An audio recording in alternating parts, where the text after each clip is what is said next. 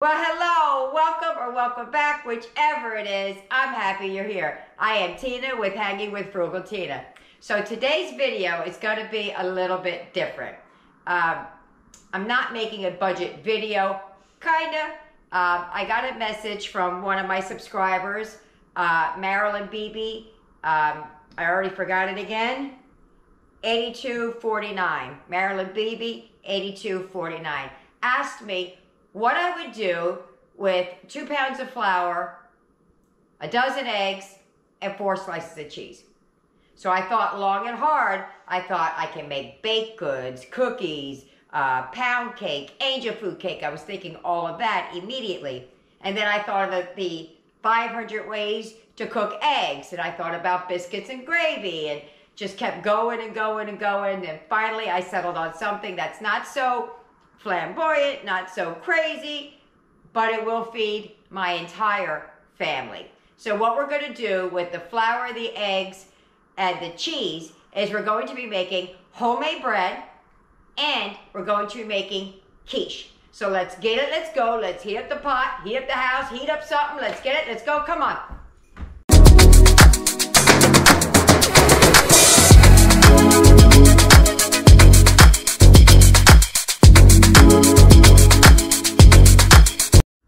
Okay, here's everything you're going to need from my right to the left.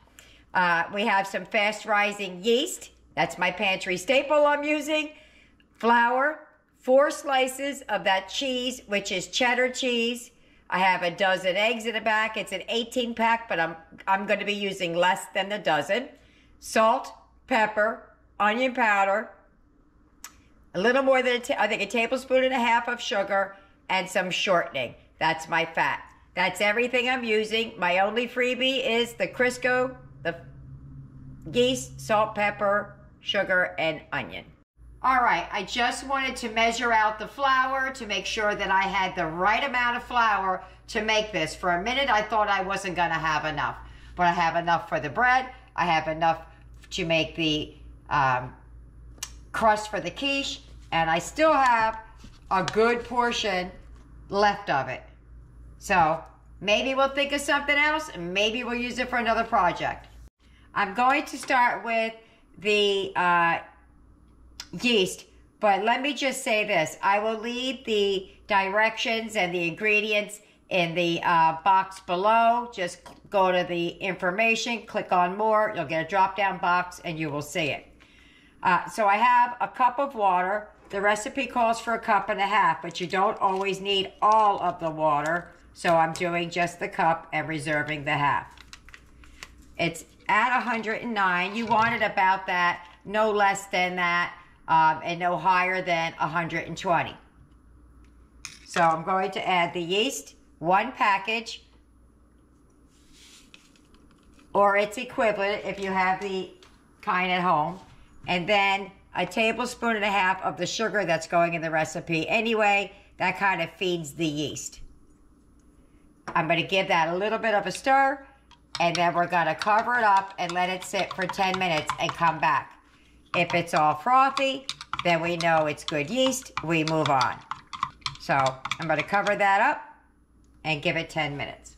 While we wait on that, we're going to mix the dry ingredients, which is really nothing but the flour and salt, but we're still going to do it. Okay, so I didn't sift it prior, but I do like just to sift it a little bit. It really doesn't do anything else, but I like it that way. It gets a lot of the clumps out. Some people sift their flour and then they measure it. I didn't. I fluffed it and then put it in the cup, but it still has lumps. The recipe calls for 3.5 cups. I only have 3, reserving half to knead and all of the rest of that. So that's 2 cups. This is the 3rd cup. Alrighty.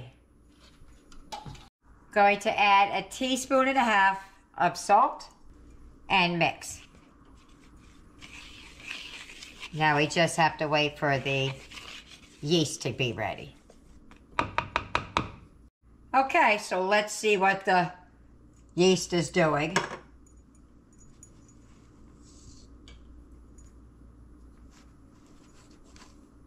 Oh yeah. See how it's all frothy? You know it's good and awake now.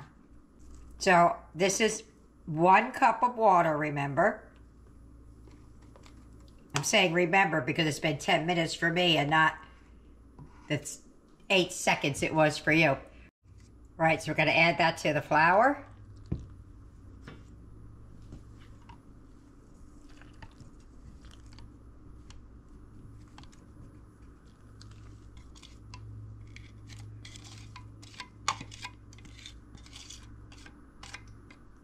And we're going to mix as well as we can in the bowl for as long as we can. So we're just going to mix this up really well.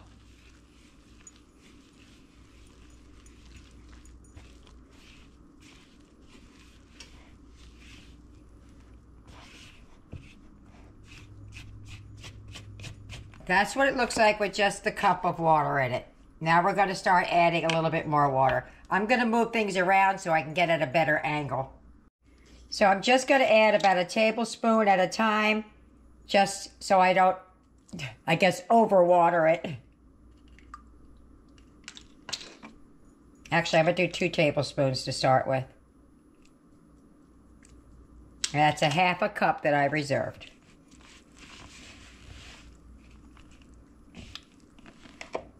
And if you put too much in, you still have a 1/2 cup of flour reserved as well. Yeah, this is, I'm going to have to go to the counter with it. It's just too much for this. All right.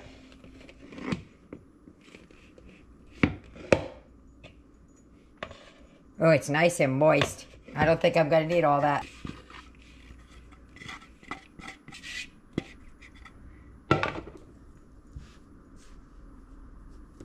Okay, so we're just going to start kneading it.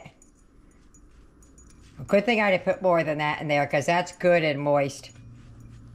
So we're just going to 1/4 turn and push away. And I'm going to keep doing that until this starts looking like dough. Let me keep doing that because it's going to take me a good 5 minutes or so of kneading. So I've kneaded it, but it's still kind of sticky. So what I'm going to do, my 1/2 cup that's reserved, I'm just going to add a little bit to it. Try not to put my hands in there so I can put the flour back. And I'm going to keep on kneading. Just a little bit of flour at a time. Okay, let me get back to it. Another little sprinkle. It's almost there. It's just a little sticky. All right, and she is done. You know it's done because 1, it's not sticky anymore, and 2, you could just touch it and it just comes right back like if you were pushing on a cheek. So what you're going to do now is you're going to put a little spray in there just so it doesn't stick. Going to put this right in here. I turned my oven on to 350 for about 5 minutes and I turned it off. I'm going to set this down. My heat comes out of the front of the stove, so I'm just going to set it right there, nice warm place, for about an hour. Going to put a paper towel and a towel over it and put that over here by the heat. Let's see how our bread is doing. Woohoo! She rose nicely. We're going to knead it one more time. I have my loaf pan somewhere. We're going to spray it down. And because I don't have like a Dutch oven to cook it in, well, I kind of do, but I don't want to use it. I have another loaf pan that I'm going to use like that. So if you don't have one, that's what you can do. And we're going to spill her out. Boop. And we're just going to knock her down. See how loose that oh. Almost forgot to flour the surface. And we're just going to give it one little more knead. And then we're going to shape it into bread and put it in the pan. Okay, so we're just going to shape this into a loaf of bread. Kinda. Best we can.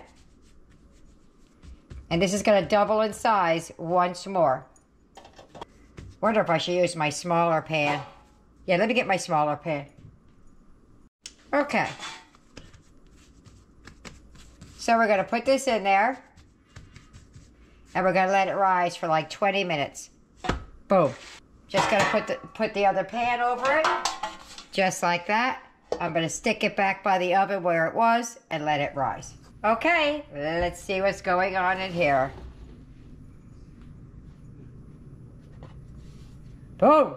Okay, so the only thing left I have to do is I'm going to put some little snips, because sometimes your bread wants to break open, and I just give her a little bit of a head start so it breaks where I want it to. So that's going to go in the preheated oven for about 20 minutes, and then I'm going to take the top off and look at it. Last time I did it, it was 20 minutes. I took it off and then just browned it for 3 minutes, but we'll see. For the dough for quiche, I'm adding 1.25 cups of flour. Now there's slightly extra in mine because I had 1/4 recipe, so I can make a really tiny one for Eric because he can't have the cheese. We're going to add salt, which was 1/2 teaspoon. Whisk that together.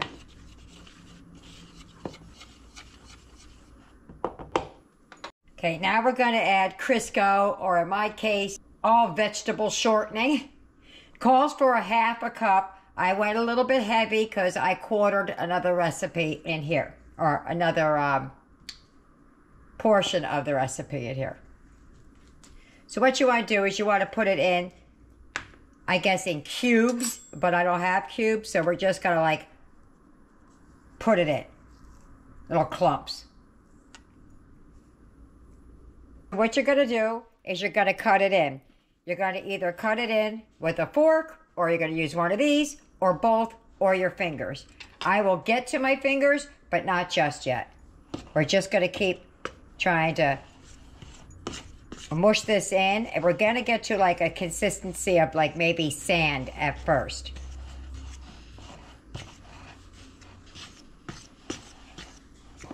What I'm going to be looking for is hunks of butter in here, or not butter, Crisco, that look like the size of sand to maybe a raisin, something small like that, or a pea. So let me keep doing that. Let's try this for a minute. I don't usually like this. It ends up being more hassle to me. Okay. Let me put the rest in there. And I did put this in the refrigerator. Not refrigerator. I put it in the freezer, not the refrigerator, to get good and cold. Because it works better with ice cold. And then my water over here has ice, had ice in it, doesn't anymore. You want to keep your hands out of it for as long as you can. All right, let me get into it. Keep mixing it, and I'll show you when it gets there. If you could see it, they got big clumps or crumbles in there. So now I'm going to go in with my fingers and just work it down to fine like sand. I don't want to stay in it too long so I don't melt it.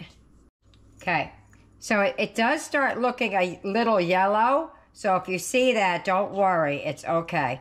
So we're nice and crumbly, different sizes. I'm not going to bother to wash my hand right now because I'm going to go in it again. We're going to add this up to 1/2 cup, but doesn't mean you're going to use 1/2 cup. I've used 1/3 cup. It just really depends on how you scooped your flour.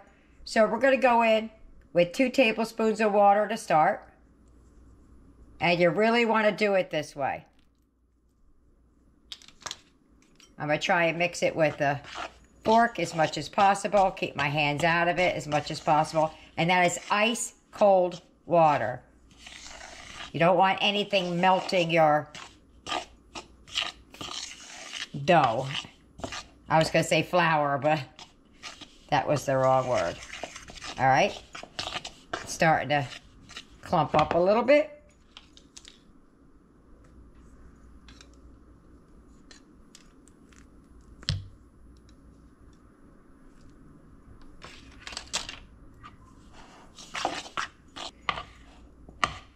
Okay.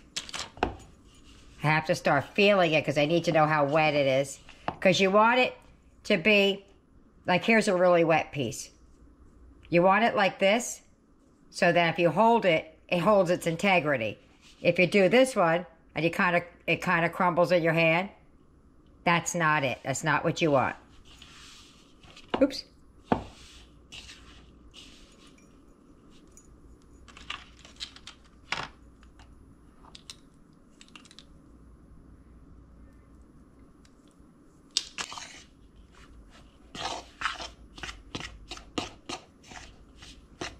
I think we're close, because it's like this with my fork. If I get in there and start squeezing it, I'm sure there's moisture inside of the flour.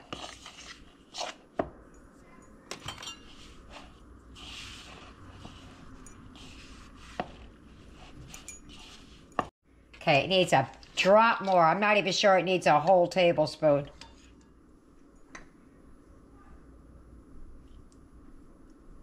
You're going to start hearing noise because the kids are coming home from school. So they usually come bursting through the door. All right, so I'm going to take this out of here and I'm going to knead it on the counter. Just like I did the bread. Okay, so I'll put a little bit of flour on the counter.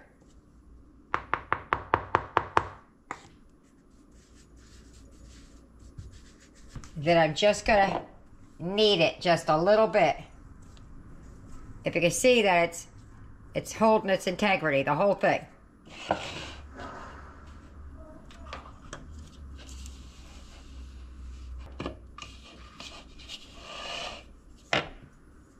right, I'm just going to knead it a tiny bit, not much, because I want it to have layers. So I'm going to fold it and push it away. And push it away, just like I did with the dough. Just for a couple of minutes. Not even a couple of minutes, a couple of kneads.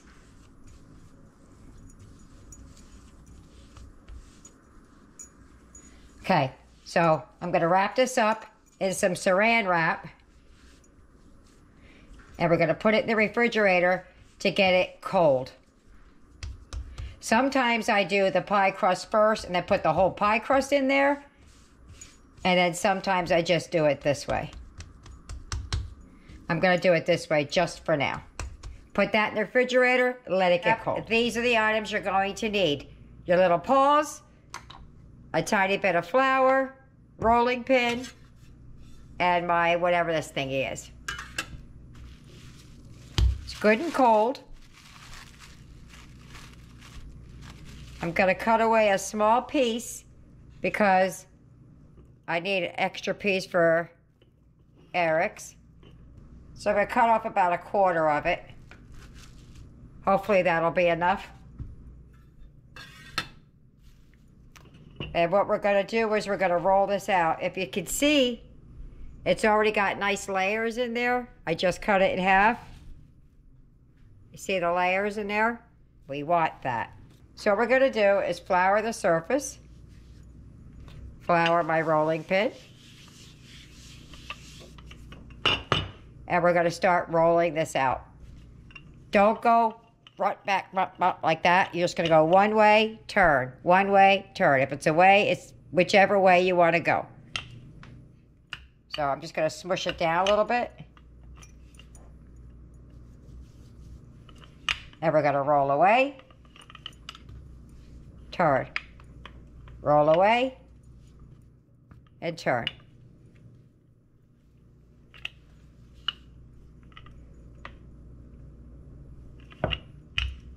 Okay, I'm going to keep doing that until I got a great big piece. So I rolled it out nice and thin.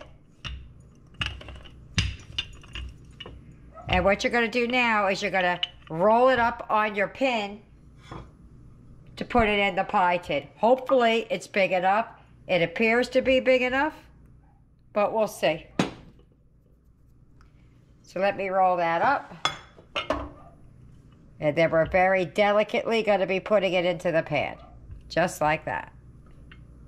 And if it sticks a little bit, use your little scraper.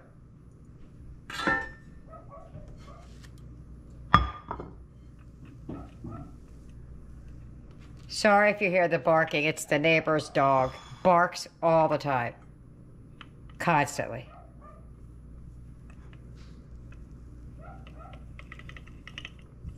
Not too bad. So we're just going to lift it and set it in.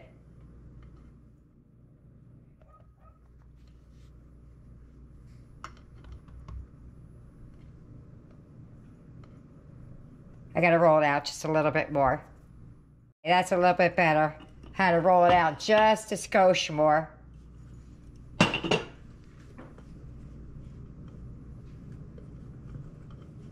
Then you're just going to lay it in and just tuck it gingerly with your hands. So what you're going to do, once you get it in, nice and tucked down, we're going to crimp the edges. Let me get a little piece to fix that. Now, rather than trimming the edges, I cut a little piece here and stuck it over there. So all this flour under my nails, I can't stand that. Instead of cutting the edges off, you could just do like this. You fold it under, and then you take your knuckle and you crimp it like that. And just keep going all the way around until you're crimped. It looks a little funny at first, but as you go, you start getting a pattern. Let me crimp all that. Okay, so we're going to blind bake the pan. So you take a sheet of parchment paper, fold it in half again, and then make it like a cone, like that. What you're going to do is you're going to cut a circle around the top. I don't want to cut over top of the food. So like a cone. And then you're just going to take your scissors and snip, snip, just like that. Because we're going to blind bake the pie. And we're going to put some beans in it because I don't have weights. You can't reuse the beans, but I use them for when I'm baking these kind of things. See that? I'll put a little foil down. I did the same thing with a little piece of foil. But we're just going to put it down at the bottom. And then you can take navy beans, kidney beans. But again, remember, do not reuse these. Just going to pour them in here. I've used these a couple of times already.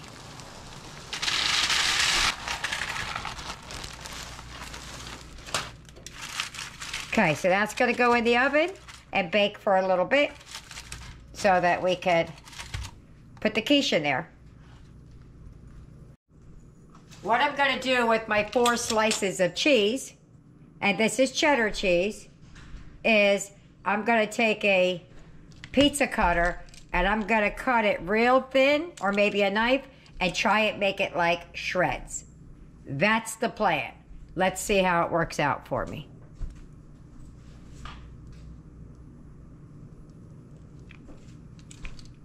Let's see.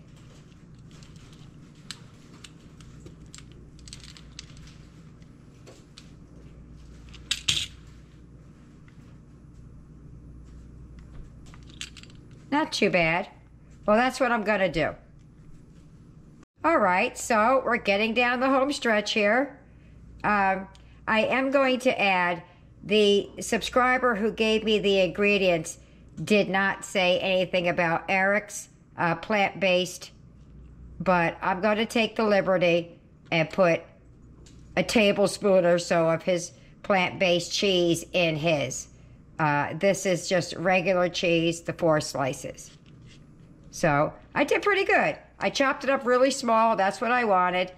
I'm going to put this in the refrigerator so it doesn't clump up while we mix up everything else. In this bowl, I'm going to put an egg, one of my 12 eggs, and a little bit of Eric's plant-based, which I always have in the house.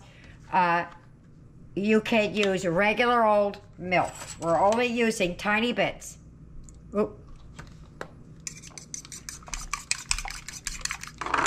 So we're going to take these out. It's got to go back in the oven for a couple more minutes. We're just going to baste the bottom. What this is going to do, it's going to seal the bottom up so that the egg doesn't run through it. And it keeps, again, it'll give a nice glisten and a nice sheen. So you just, no rhyme, no reason, just put it all the way around. You don't want to poke the holes before you put the egg wash on it because then it'll seal the holes up. So just go back around, poke some holes, and we're putting that back in the oven for a few more minutes. I will put all of the times and everything down the bottom. Back in the oven, that goes to finish blind baking. And I'll do Eric's also. All right. She's done. Eric's is getting a little bit too done. All I'm going to do is I'll wrap foil around it so it doesn't really mess up. So we're going to push that to the back for now. And we're going to start mixing up the eggs. I'm going to put 3 in Eric's bowl. If you ever want to cook with eggs that aren't room temperature, whether or not when they start anyway, I throw mine in a little bit of water, warm water, and let them sit there. These eggs right now are room temperature.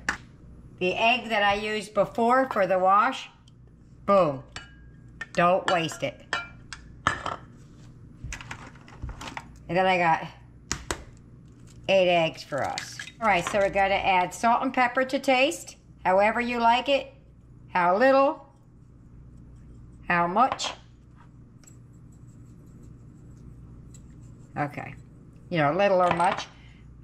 I'm gonna pop the eggs. There's nothing different about these until I add the cheese. Just wanna pop them a little bit.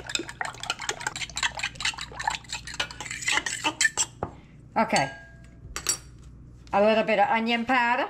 I know it sounds weird, but it goes good in there.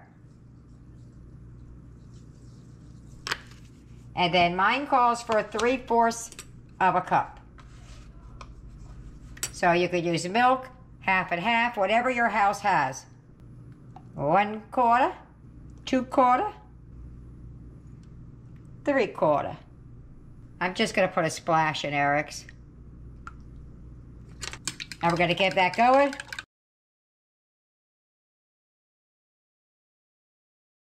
Okay, if I had more, I would add cheese at the bottom of the quiche with maybe some ham or even tomatoes, but I don't have that.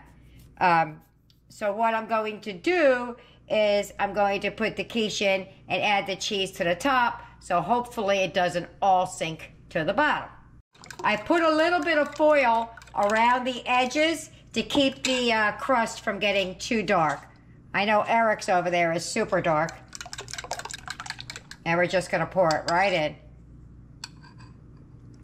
Boom.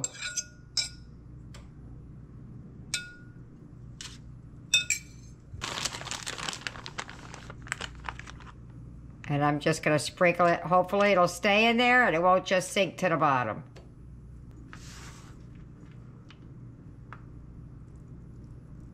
I thought if I made them smaller, they would float. That did pretty good for 4 little slices of cheese. Okay, so that's going in the oven. I'll give you the cooking times when it's done. And there is Eric's, all done. Just waiting for ours to come out of the oven. Yummy, yummy, yummy. And there is ours. It is done, done, done, done, done. Now you gotta let it cool a little bit. Alrighty. Whoop. There you go.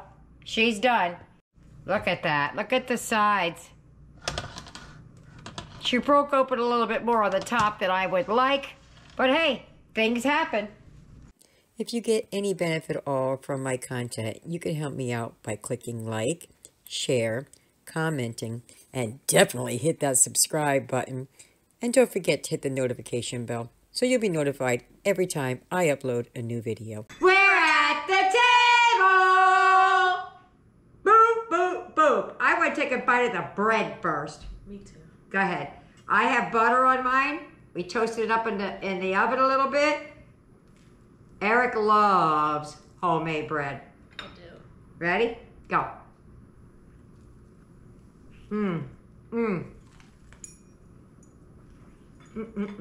Doing a happy dance. Like that, right? Mm-hmm. All right. Let's go for the egg. Ready? Mm-hmm. Let's go. Oh, the crust is a little bit crusty. Got it? Yeah, hold up. Ooh. Honey, go for the Crunch. There you go. Ready? Mm-hmm. Let's give it a go. Mmm. Mmm. That's really good. It is. Mm. Have we had this? We did. You had it one time before. Mmm. All right. Let's get everybody else fed and see what they think. Bye. Dinner's over. How'd we do? Well, I could put a pan in a pan. There you go. There is nothing left. They ate the bread. They ate the quiche. They really enjoyed it. So there you have it. I hope you try it. I hope you like it. And I hope my subscriber is very happy with what I did. See you later. Bye.